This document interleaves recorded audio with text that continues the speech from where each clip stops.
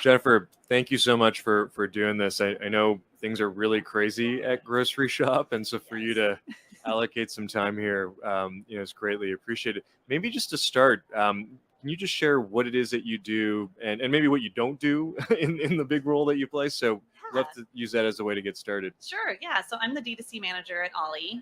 We're a public benefit company.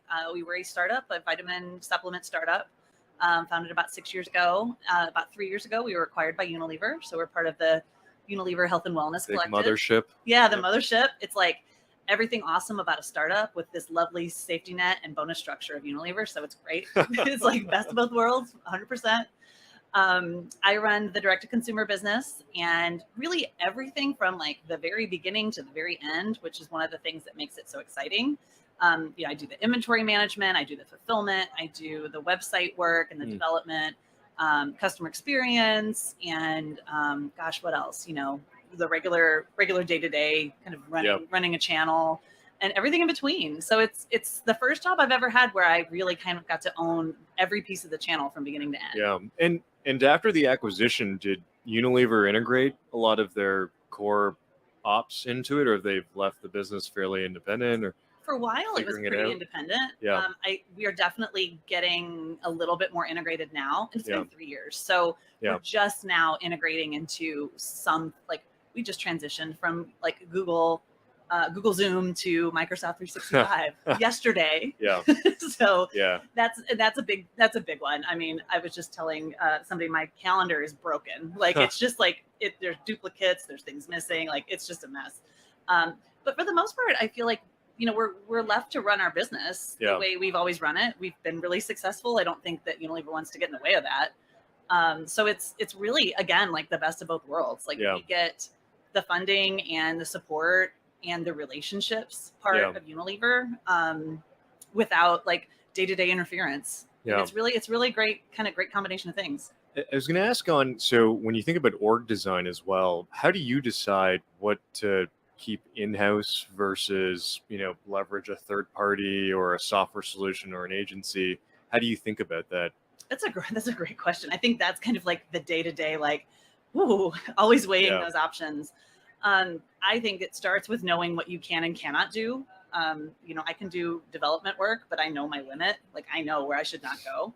And I have we outsource our, most of our website development. We have a contractor.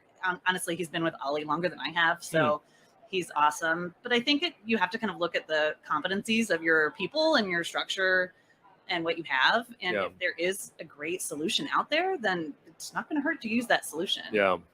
I think what we found as we have grown up from a startup to kind of like this like teenage awkward company is that those same processes and relationships you had a year ago, as you're scaling and growing really fast, they don't always still work. So you have to really kind of continually evaluate, like, is it time to bring this in-house? Is it time to find a vendor that can scale with us? Fulfillment's a huge one there, where it's like, okay, I think we need somebody bigger.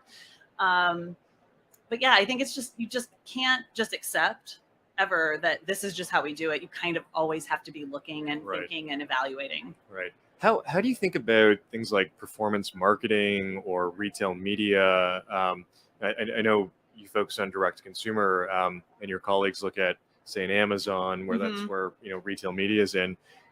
Is that something you try to build a core competency in-house, or is it, hey, let's leverage sort of the agencies who seem to know what they're doing in that space?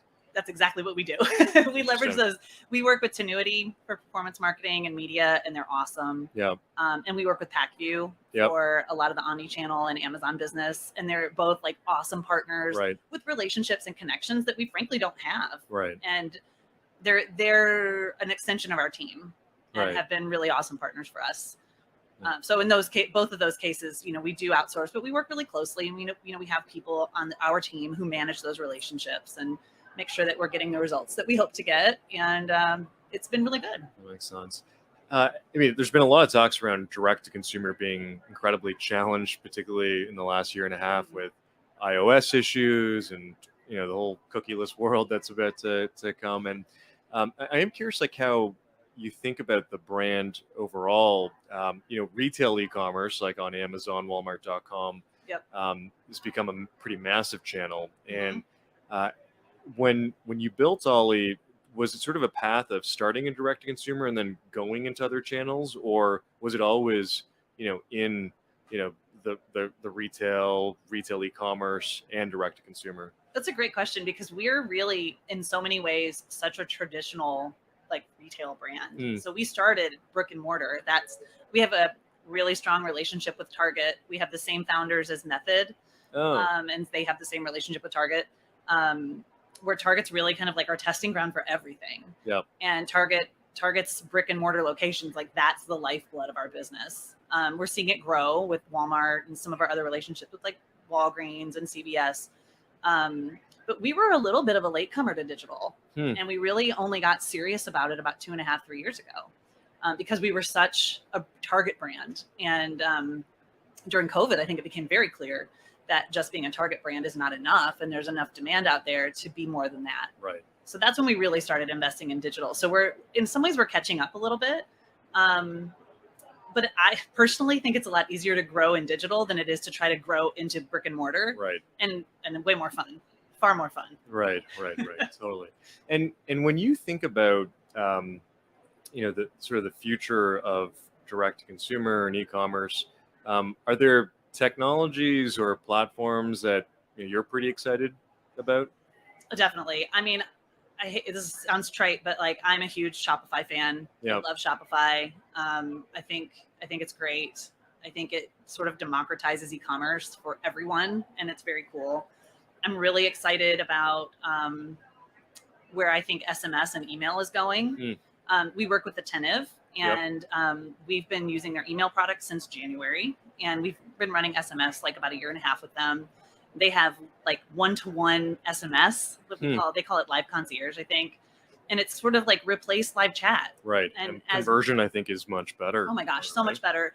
Honestly, the customer experience is so much better, because if you're shopping on your phone, as like exactly 85% of people are, having a live chat window on your phone is not that fun. It's very awkward. It's really weird. But an SMS transaction, you're not changing behavior, right? Yeah, it feels really natural. Like you're used to doing that, and it feels very personalized too. So I think those are the things I'm really excited about. Very excited to see kind of where that goes, and what else Attentive's going to be able to do with that. Yeah, very interesting.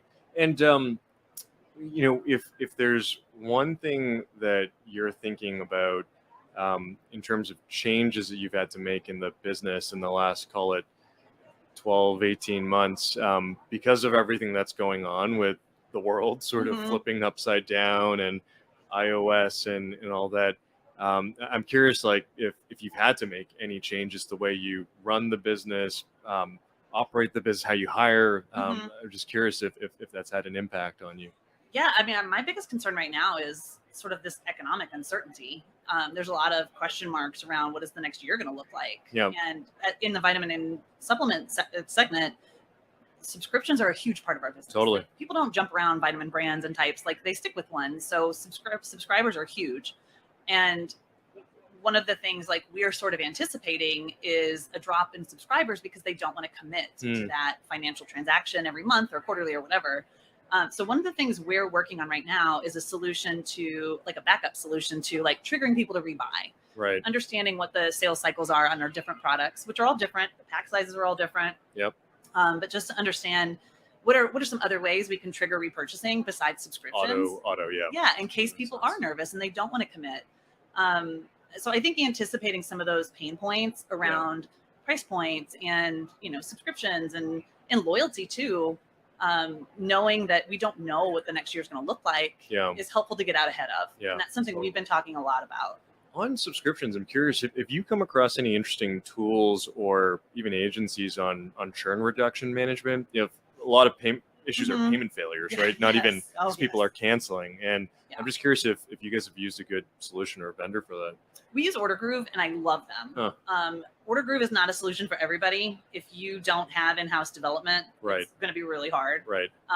There's a lot of plug-and-play solutions that are probably better. They have been really great partners for us, and they bring a lot of experience to the table. And it's less like a tool to reduce churn, but more of like interpersonal communications around strategy and what they see working with other clients, what they see working with other brands that are in the same vertical as us. Our churn has been it's actually never been an issue for us. I think it's more of like the the thing we fear is the lack of growth in subscriptions. But churn is really, you know, I mean, there are easy levers to pull for churn. In a year from now, that might not be the case. I don't know. Right. But right now, you know, it's like promo codes, discount, gift with purchase. Right. A lot of the same things you do for loyalty, you can do for subscriptions, and it really will kind of retain that customer for you and kind of grow that sense of loyalty to the brand. Makes sense. I'm curious. I mean, like your products are very different from, you know, a bottle of Coke or, you know, confection products with impulse. Are there things that you're starting to already notice, given, you know, we've gone through this sort of pandemic phase where everyone was taking care of themselves, and now sort of the world's opening back up? Yes, it's very funny. Actually, someone asked me that this morning at breakfast. We really, during COVID, you see immunity was like number one. Everybody wanted immunity products. There was not a single elderberry bush left in all of North America with berries on it, because every single brand in this vertical is, you know, selling elderberry. What we've really seen in the last 6 to 8 months is the transition from that immunity mindset to beauty and weight loss. It's like people are going back to work. They're like, oh, my face. You know? I gotta see people. Like I have to go out. I have to wear pants. You know, things like that, where you can kind of see more of a focus on weight management and fitness and beauty and you know, like hair, skin, and nail type products. So that's been really interesting, because you can really tell. Like we invested a lot in immunity, and then it's sort of like, we're fine now. We just care what we look like. That's fascinating. Just final question. There's a lot going on at Groceryshop right now.